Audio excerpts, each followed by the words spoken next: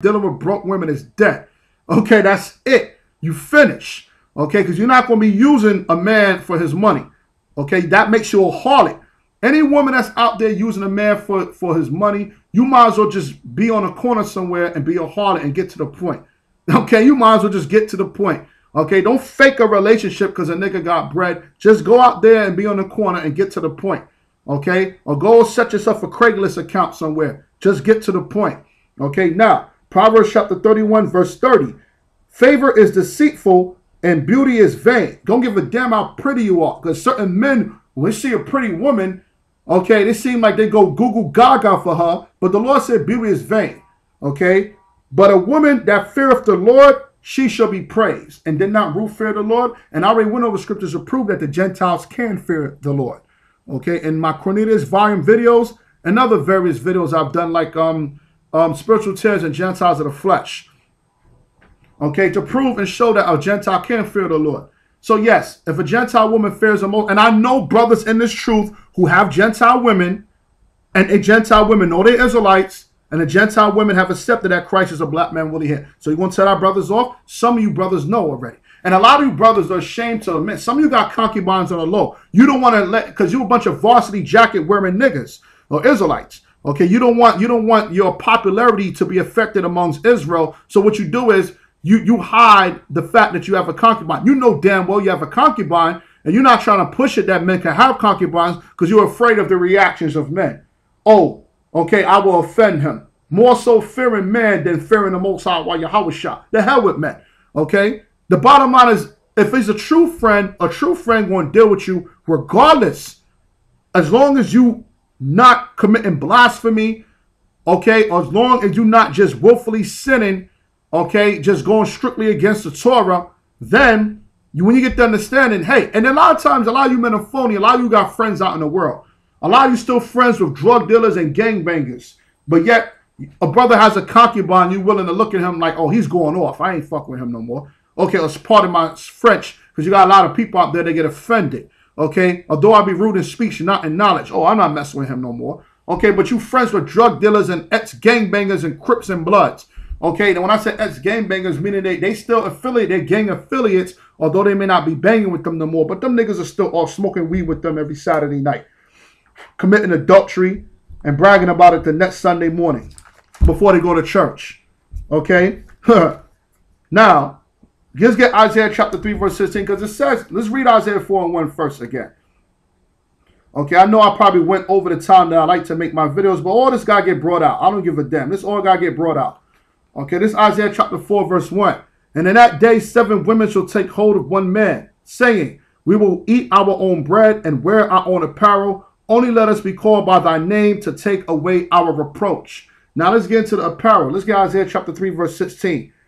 Okay, because we get to understand, what did the Most High say concerning our women?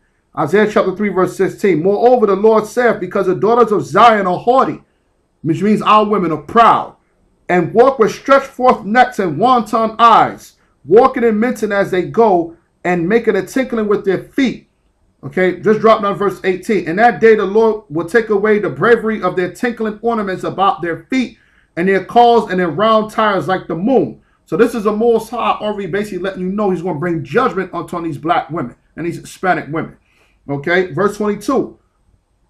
The changeable suits of apparel and the mantles and the wimples and the crisping pins. So the Most High said, look, man, he's going to make it so that a lot of these women, he's going to take away their changeable suits of apparel, their clothes and their high-priced gear that they want to lust after for. That's the reason why they deal with certain men that could provide it for them, like it tells you in Hosea, the 2nd chapter. But the Lord said that these women in Isaiah 4:1, they're going to say we're going to eat our own bread and wear our own apparel. So how can I be talking about our women when the Lord just said the daughters of Zion are proud? All right, that's basically the bulk of the women of our nation.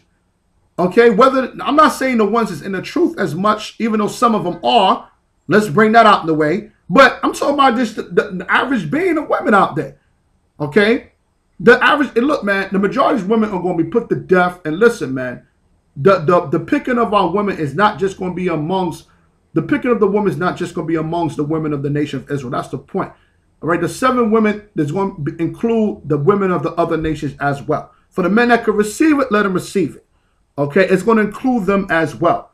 Okay, that's why, and I'm interested in something to further prove that. Let's go back to Isaiah 4 and 1.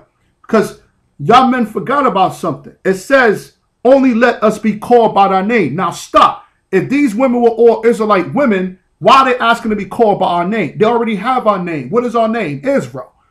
Okay, what is Israel the name from? Jacob. Was not Jacob's name changed to Israel? So the women, that's why we just read about the daughters of Zion. They already got the name of Israel. They already have our name, which is our forefather Israel. So who's walking around the earth not called Israel that wants to be called Israel? Okay, that's referring to the Gentiles. They're women. They're not being called Israel. They're going to want to be called Israel. Like Ruth said, your people will be my people. Basically, Ruth was saying, I want to be an Israelite. She rejected her people and their false gods. And she said, I want to be an Israelite. Let's get Daniel chapter 9, verse 19. Let's prove it.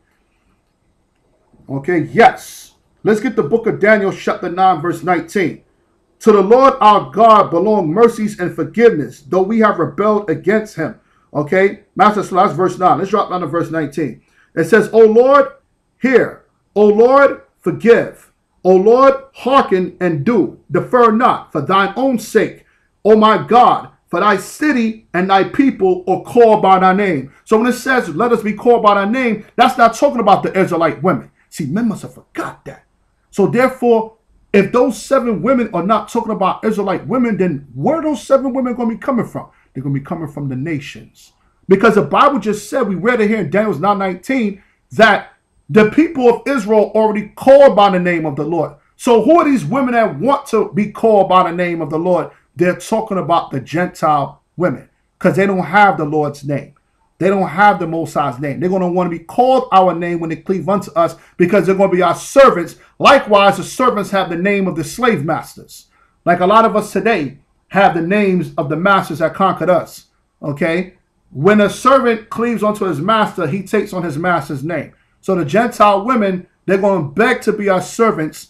And by them doing that, they're going to be called by our name. Because the women of our nation already have our name.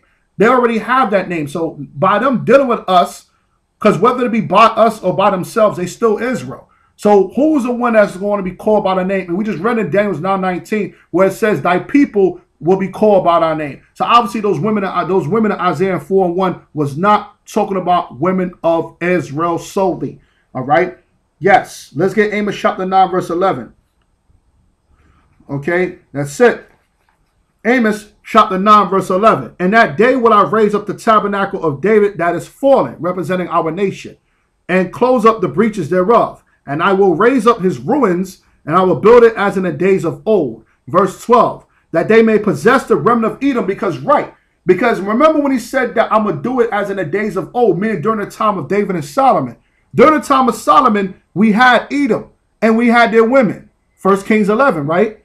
And of all the heathen, because during the time of David and Solomon, we had the heathens, and David had all nations in subjection around Israel.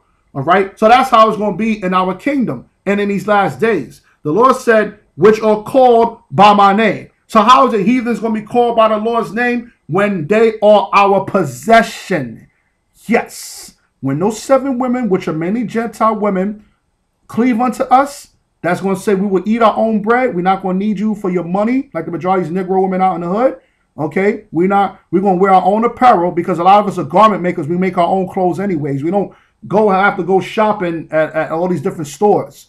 We make our own clothes. That's the bottom line. All right? We just want to be called by your name. What is your name? Israel. That's our name. Isaiah chapter 45, verse 4. That is our name. Let's get it. Okay? Yes, they're going to have our name because they're going to be our possession. Isaiah chapter 45, verse 4.